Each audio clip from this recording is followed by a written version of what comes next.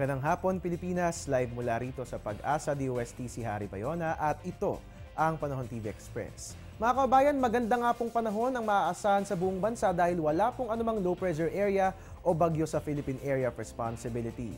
Sa kasalukuyan, tanging ang tail end of a cold front lamang pong nakakaapekto sa ating bansa at partikular itong umiiral dyan po yan sa Central Luzon. Ngayon ang tanong ng karamihan, mahalagang malaman ano nga kayang idudulot ng tail end of a cold front sa lagay ng ating panahon for the next 3 days. Narito nga pong 3-day weather forecast natin sa atin ng Pag-asa.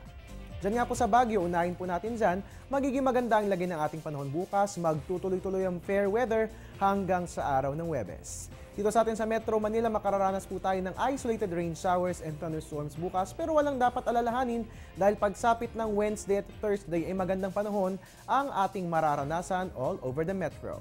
Sa Metro Cebu po, fair weather ang ating mararanasan bukas at sa Wednesday kaya nga lamang magdala ng payong pagsapit ng Thursday dahil magiging maulan. Sa Metro Davao, fair weather po dyan bukas until Thursday at sa Zamboanga more or less ay ganyan din po nga asahang panahon.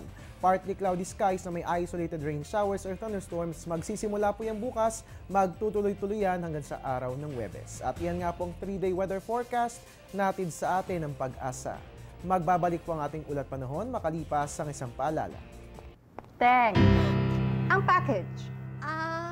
Ma'am, sabi ng Air 21 on the road na. Ano, Teng? Ang package. Ma'am, sabi ng Air 21 na receive na.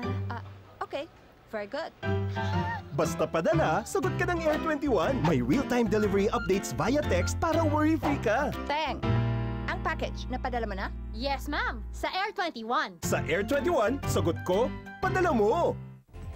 At yan po muna ang latest mula rito sa Pag-asa DOST. Mga kababayan, mamayang 4:30, antabayanan niyo po kung ano nga ba nga asang lagay ng panahon sa ating mga sakahan. Dito lamang po yan sa Panahon TV Express, kung saan walang pinipiling panahon ang pagbibigay impormasyon. At your service po ni Weatherman, Harry Bayona, Diyos maray na hapon sa inyo, Boss.